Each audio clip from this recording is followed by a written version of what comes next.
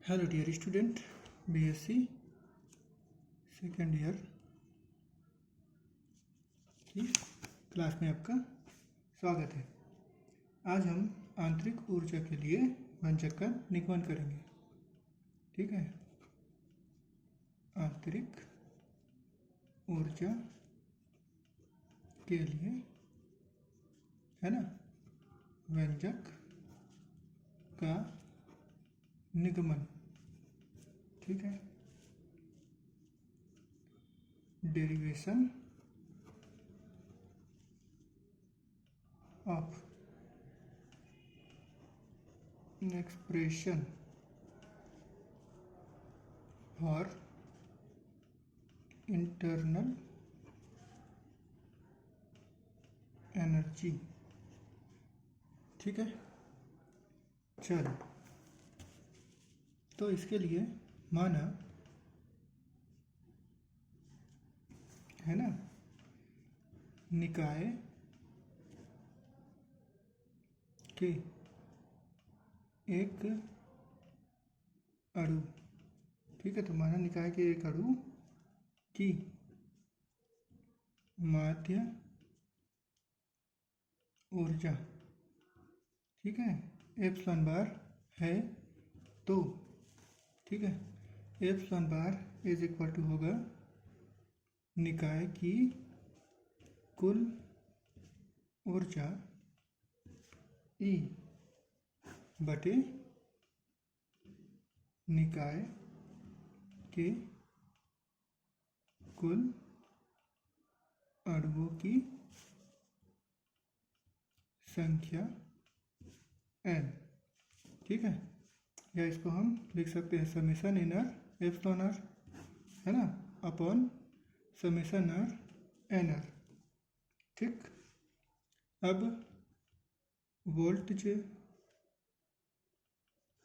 Man के canonical, ठीक है, तो वोल्टेज मैन के कैनोनिकल नियम से, ठीक है, N R is equal to क्या होता है, ए जी आर ई की power minus epsilon R upon K T होता है। ठीक है, या अब तो यहाँ पे क्या आ जाएगा, एन आर की वैल्यू हमको पुट कर देनी है। तो epsilon R is equal to क्या आ जाएगा, summation A G R E की power minus epsilon R upon K T epsilon R upon summation A G R E की power minus epsilon R upon K T. ठीक है, चलो इसको और सॉल्व करेंगे तो देखो ए से ए कैंसिल आउट हो जाएगा। ठीक है, तो हमारे पास बच जाएगा जी आर ई की power minus epsilon R upon K T. ठीक, epsilon R upon summation G R E की power minus epsilon R upon K T. ठीक है, अब देखो चलो नेक्स्ट पेज में देखते हैं।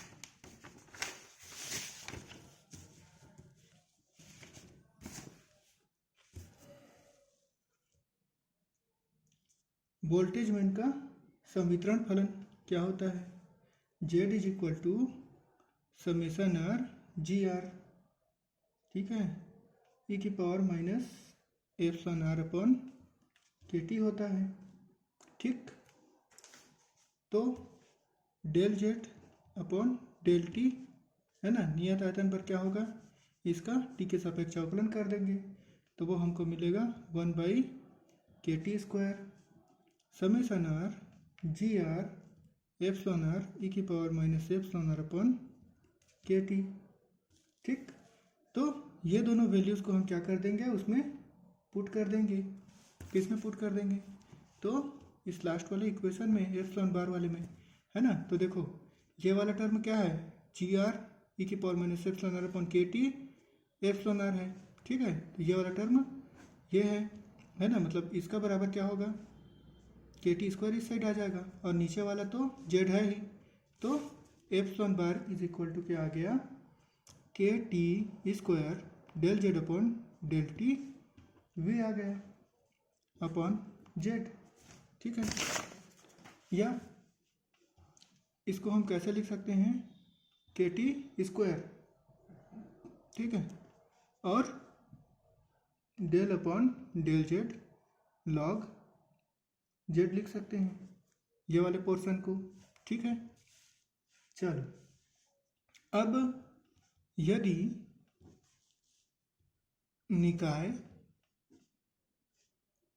ठीक है, तो अब यदि निकाय की कुल ऊर्जा, ठीक है, तो अब यदि निकाय की कुल ऊर्जा E is equal to N epsilon bar हो, तो एन एप्सिलॉन बार, तो यहाँ पे एन की वैल्यू रख देंगे, तो एन के टी स्क्वायर, निकाय की कुल ऊर्जा क्या आ जाएगी, E is equal to N K T square del upon del Z log Z, ठीक है।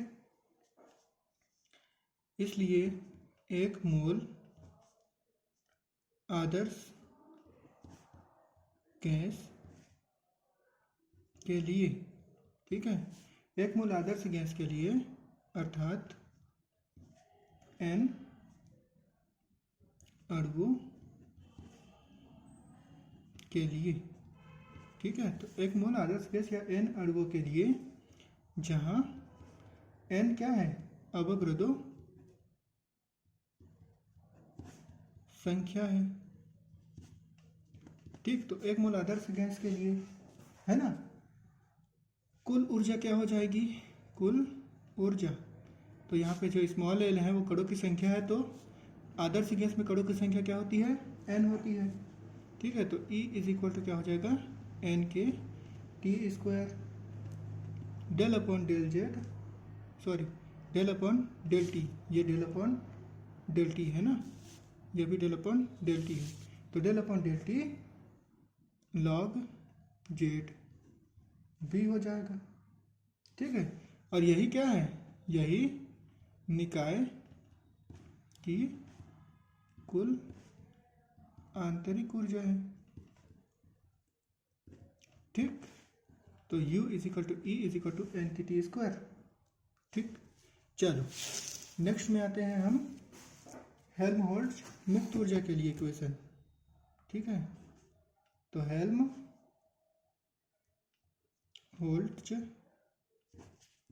मुक्त ऊर्जा के लिए समीकरण है ना, थर्मोडायनेमिक समीकरण, तो हम जानते हैं मुक्त ऊर्जा क्या होती है, F is equal to U minus T S होती है, ठीक। और निकाय की आंतरिक ऊर्जा ही निकाय की क्या होती है, कुल ऊर्जा होती है ना। तो निकाय की आंतरिक ऊर्जा ही निकाय की कुल ऊर्जा E होती है, ठीक है। तो निकाय की आंतरिक ऊर्जा है, निकाय की क्या होती है, कुल ऊर्जा होती है ना। तो F इज इक्वल टू क्या लिख सकते हैं, E माइनस टी एस लिख सकते हैं। E की वैल्यू क्या होती है, तो E की वैल्यू हमारी ये है ना, तो E की वैल्यू, सॉरी यहाँ पे हम टी एस की वैल्यू रखेंगे, ठीक है, S की वैल्यू रखेंगे, है ना। तो F is equal to E minus T S, और S इज इक्वल टू क्या होता है, तो S इज इक्वल टू होता है एन के log Z plus E by T Adarsh gas के लिए। तो F इज इक्वल टू क्या हो जाएगा आपका, E माइनस टी एन के log Z plus E by T होगा, ठीक है।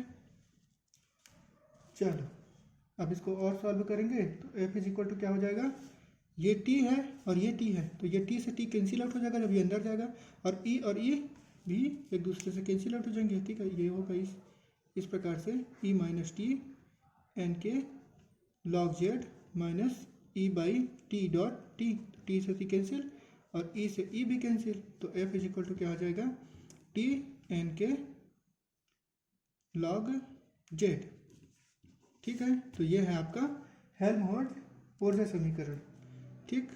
चौथा हम H के लिए व्यंजक देखते हैं, ठीक है। तो H इज इक्वल टू क्या होता है, U प्लस पी वी होता है, ठीक। और P V is equal to क्या होता है, आर टी होता है। तो H इज इक्वल टू क्या हो गया, U प्लस आर टी, है ना। अब हमको क्या करना है, U की वैल्यू यहाँ पे पुट कर देनी है। तो जो आएगा वो क्या होगा, एंथैल्पी लिख के लिए व्यंजक होगा, ठीक। तो एंथैल्पी H के लिए व्यंजक क्या आएगा, R T square del upon del T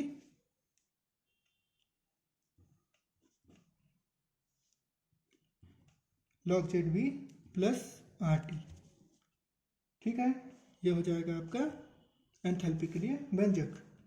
पांचवा है गिब्स मुक्त ऊर्जा, ठीक है। तो गिब्स मुक्त ऊर्जा के लिए व्यंजक का निगमन, ठीक है। तो गिब्स मुक्त ऊर्जा के लिए व्यंजक का निगमन, है ना। तो हम जानते हैं G इज इक्वल टू क्या होता है, U plus P V minus T S होता है, ठीक है। और यहाँ पे इसको और सॉल्व करेंगे तो ये F हो जाता है, F U minus T S F होता है ना। F मतलब हेल्महोल्ट्ज मुक्त ऊर्जा, और ये पी वी हो जाता है, ठीक है। और चूंकि P V is equal to क्या होता है, आर टी होता है, तो इसको आर टी लिख सकते हैं, ठीक है। अब F की वैल्यू हमको पता है ना। क्या होता है F की value, minus R T log Z plus R T, या R T 1 minus log Z, जहाँ जेड क्या है, समीकरण फंक्शन है, ठीक है। तो यही क्या है, यही गिब्स मुक्त ऊर्जा के लिए व्यंजक है, ठीक। तो ये हो गया आपका थर्मोडायनेमिकल व्यंजक फॉर थर्मोडायनेमिक्स विभव, है ना। सांख्यिकी समीकरण ऊष्मागतिकी विभवों के लिए, ठीक है। चलो अब हम मिलते हैं नेक्स्ट क्लास में, जो कि आपके BSc first year second year का आखिरी क्लास होगा। धन्यवाद।